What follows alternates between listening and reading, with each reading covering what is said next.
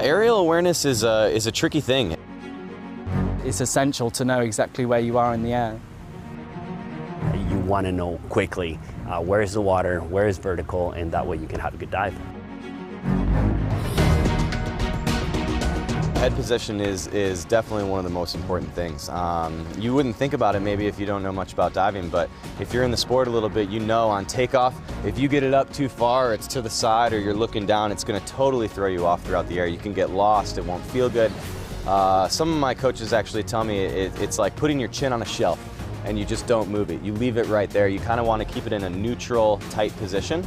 You know, if you're twisting, sometimes the head can come around, right? And that's going to throw you off a little bit. So I would say head position is probably one of the most important things that as divers we need to focus on, especially when twisting.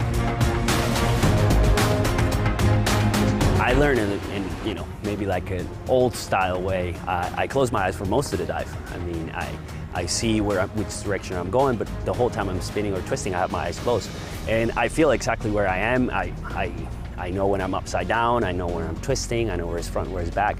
But that's just from doing it 20, 25, 30 years. When I started diving and I started learning big moves, I used to close my eyes as soon as I got into my shape.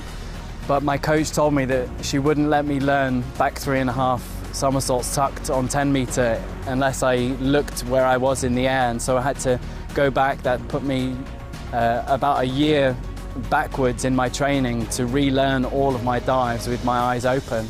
And really that paid off eventually. And so now I have much better awareness.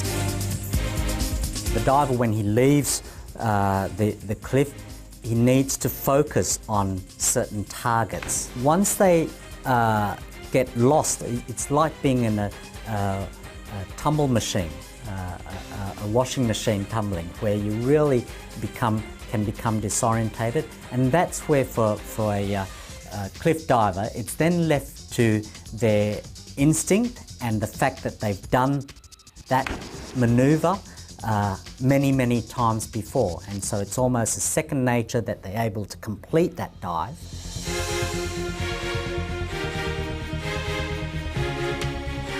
If you were to lose where you're at in the air, the biggest thing you can do is not panic. You have to absolutely stay calm and use whatever your reference is, whether it's visually, feeling, you have to use that, and you have to use it quickly and calmly.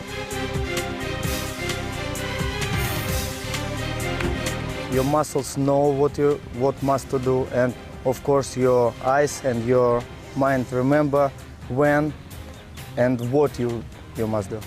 I just count everything in my head. I feel it.